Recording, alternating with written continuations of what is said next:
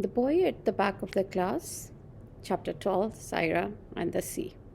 When we all got to school that first Monday after vacation, it turned out that nearly everyone had heard of Emma's story. It had spread over the break more quickly than news of a new flavor of chips, and just as quickly as he had become famous for being the boy who beat Brandon the bully, Emmett became famous for being that refugee boy. I don't think anyone kept their promise to Mrs. Khan of not asking him any questions because everyone in class tried to sneak in at least one whenever they talked to him. Even Josie and Michael and Tom couldn't help themselves and started to ask him things like, "Did you have cheese sandwiches in Syria? Or what was the weather like in Greece? Or did you ever ate snails and frogs in France?" I don't think Emmett minded because we were his friends. If he understood the question, he would just answer yes or no, and if he didn't understand, he would just stare at us or shrug. But there were a lot of people he didn't know asking him a lot of questions too.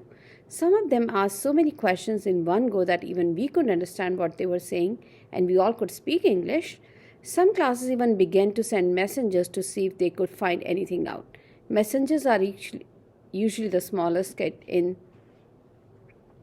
a class and are paid in candy or soccer stickers or extra lunch tokens to get information.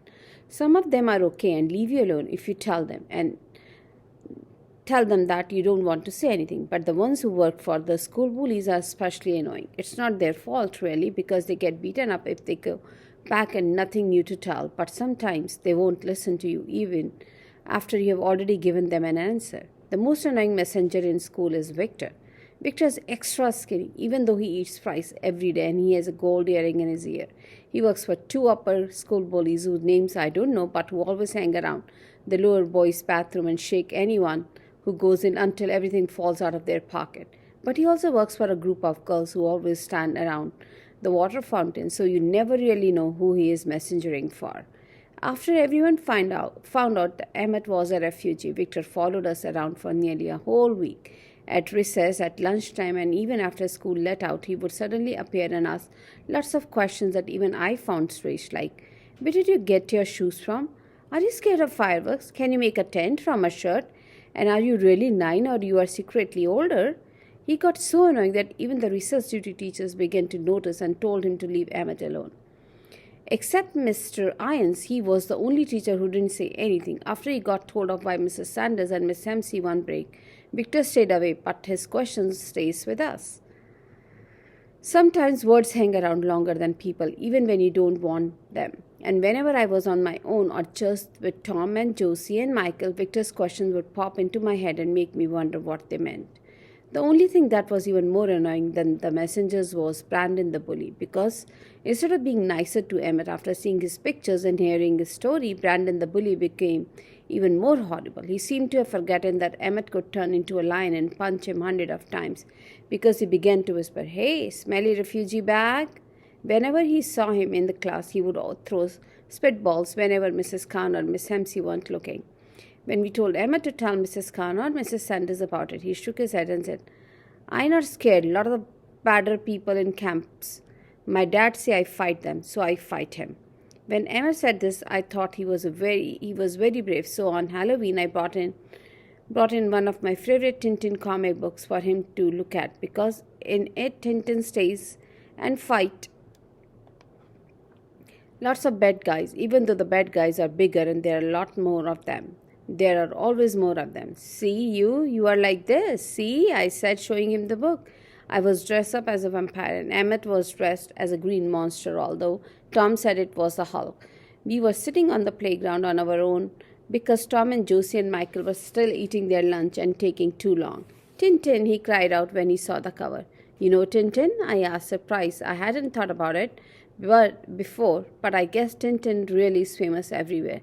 "Yes," said Emmett. I read all time. My dad, he read them to me." I nodded, remembering the voices my dad used to make when he read the comics to me too. After a while, I said, "I have all of them. You can see them if you like." "I keep this?" asked Emmett. "Oh," I said. I hadn't really meant to give him the book. I had only wanted to show it to him, but I knew I could ask Mum to find me another old copy in the library and save it for me when it was about to be thrown away. So I shrugged and said, "Sure." Emmett gave me a big smile and started to flick around.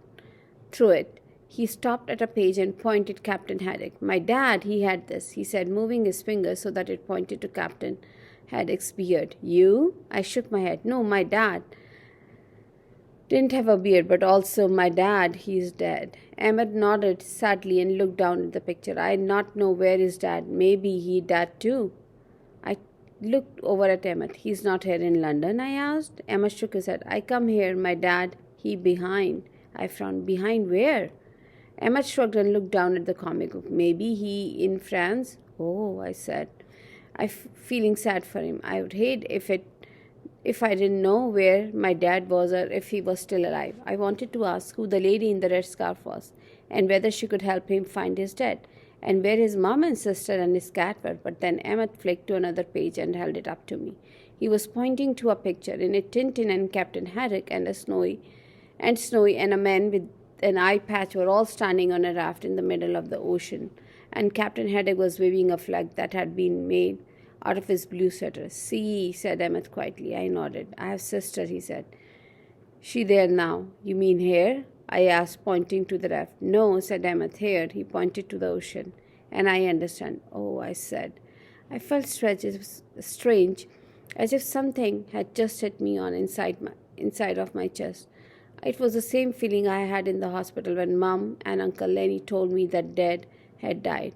You mean your sister? Her name's Syra, said Emmett. Syra. She is in the sea. Emmett nodded and rubbed his eyes.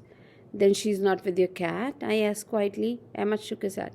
Cat dead in mountains. And then, flicking to another page, he pointed to a tent and said, Mom's sick. Last time I see her. Oh, I said. I wanted to cry.